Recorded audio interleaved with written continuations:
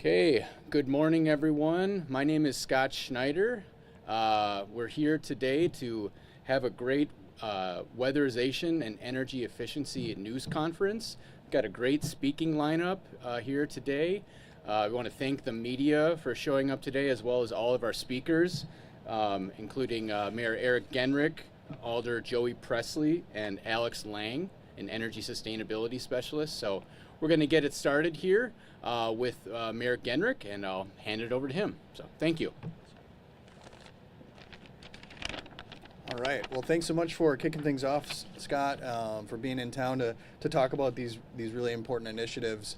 As many people know, the Inflation Reduction Act and the Bipartisan Infrastructure Law are sort of once-in-a-generation pieces of legislation that have done a tremendous amount to move this issue forward with respect to the impending or ongoing threat of climate change in here.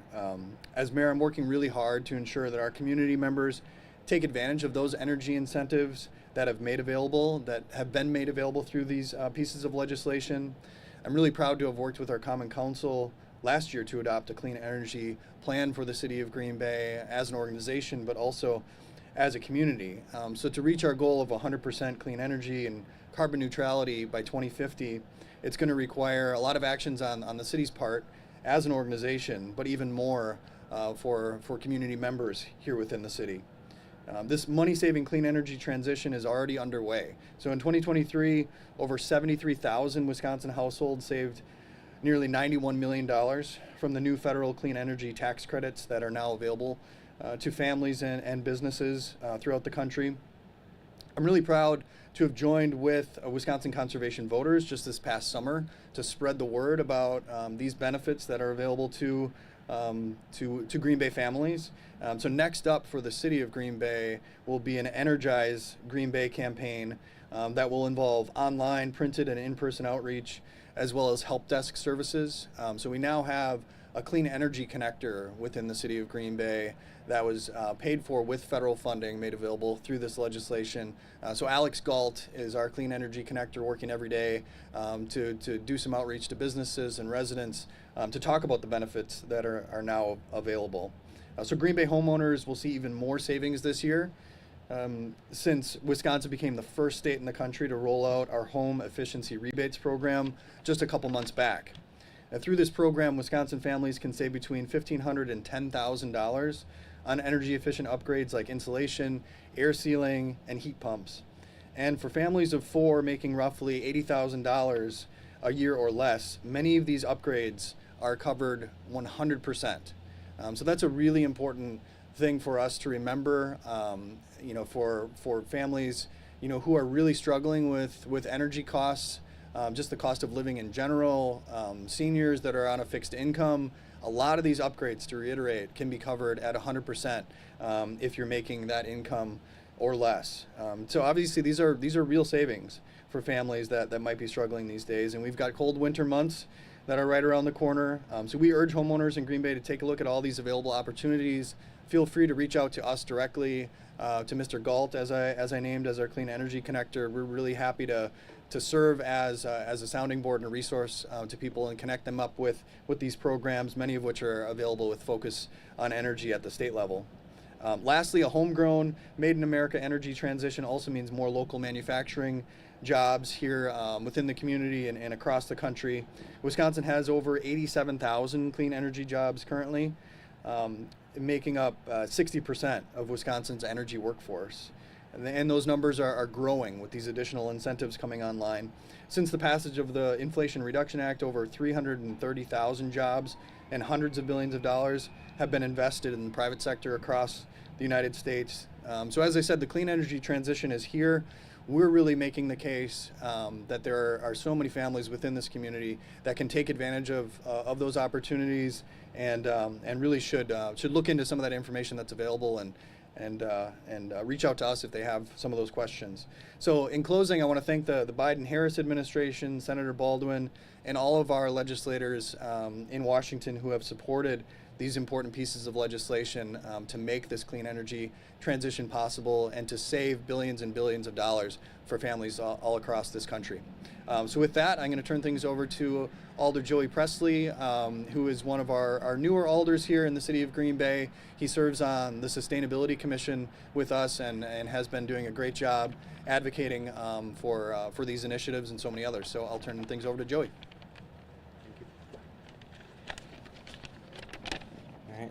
Thank you, Mayor Genrich, and thank you to everyone for the opportunity to speak. My name is Joey Presley. I'm the alder for Green Bay District 6. When my constituents come to me with concerns, the best feeling for me is being able to say, you know what, we are working on this, we have a plan for this. Or better yet, here are some resources directly that can help you right now. Because of investment from the Inflation Reduction Act and bipartisan infrastructure law, the city is going to have more opportunities like those to give people the help that they need. Flooding is an issue in Green Bay, as we know. We saw that in 2019, and we will continue to see it in the years to come unless we do something. When people tell me they're sick of their streets and their homes and their basements flooding every time there's a storm, I'm glad I get to point to something hopeful. The city has been making excellent efforts already with the resources we have towards climate resilient infrastructure, green stormwater infrastructure, and now we have a $126.9 million allocation to Wisconsin for flood resilience. So we can do more. We can adapt faster to the problems that are going to continue to happen. And federal investment is also helping, as Mayor Genrich said, with costs for individuals. Cost of living is hard for people right now, for the working class. I hear that a lot from my constituents. I grew up poor. I'm still poor, but I also grew up poor. And I remember summers with 8 of us in the house and 1 window air conditioner. I remember shivering in bed in the winters because the heat is all going out of the windows and the walls. With the weatherization assistance program, we can help people make their homes more energy efficient. They can save on the cost of heating and cooling, and that makes a huge difference, not just for savings, but also for health, for quality of life. So there is an election coming up. If you haven't heard, somehow y'all heard about this, we have an election. I am not going to tell anyone who to vote for, but looking at the candidates, look at their plans. Are they going to make investments in clean energy? Are they going to make investments in the infrastructure that we need? And more importantly, are they going to make investments in the working and the middle class? There's 18 days to figure that out, and then getting out and vote. Thank you. I'm going to turn it over to Alex, who's an energy and sustainability specialist.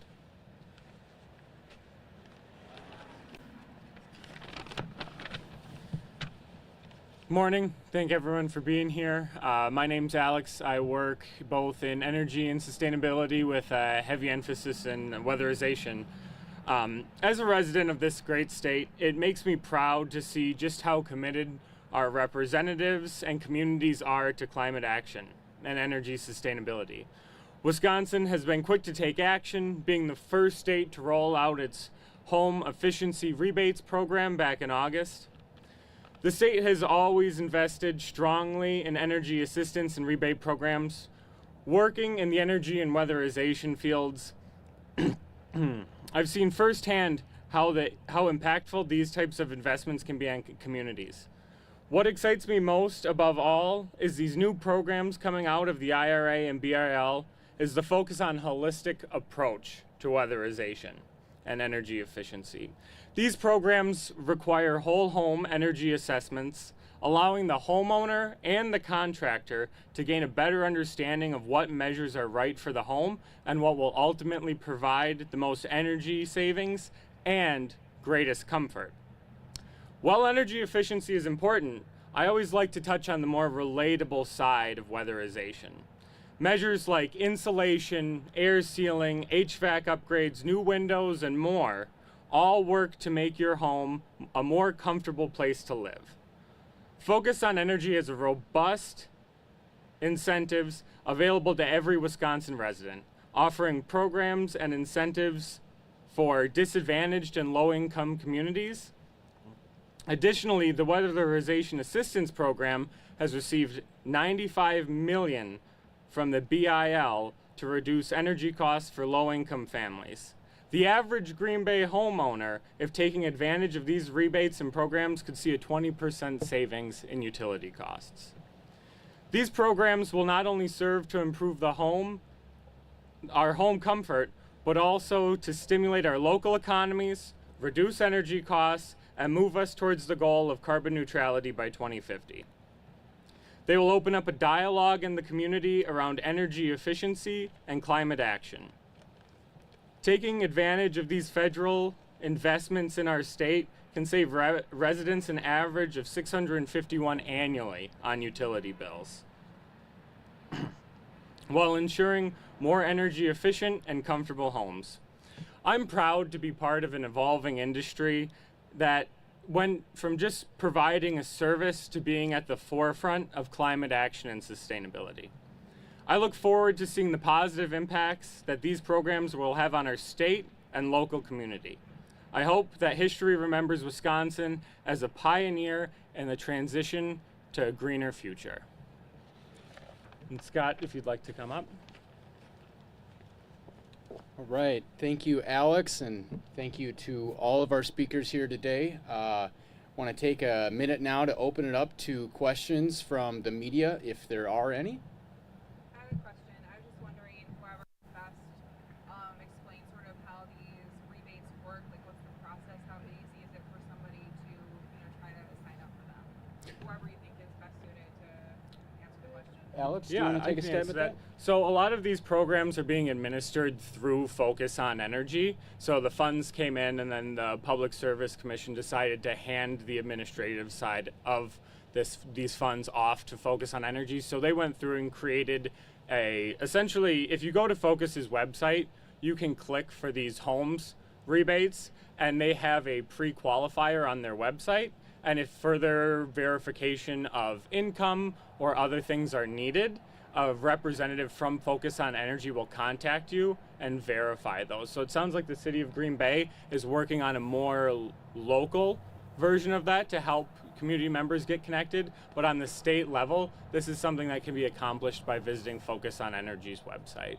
And what about in the city of Green Bay? Is there something separate from that that's happening as well? Yeah, I just had mentioned that Alex Galt is an employee with the city who is being deployed as the Clean Energy Connector is his title.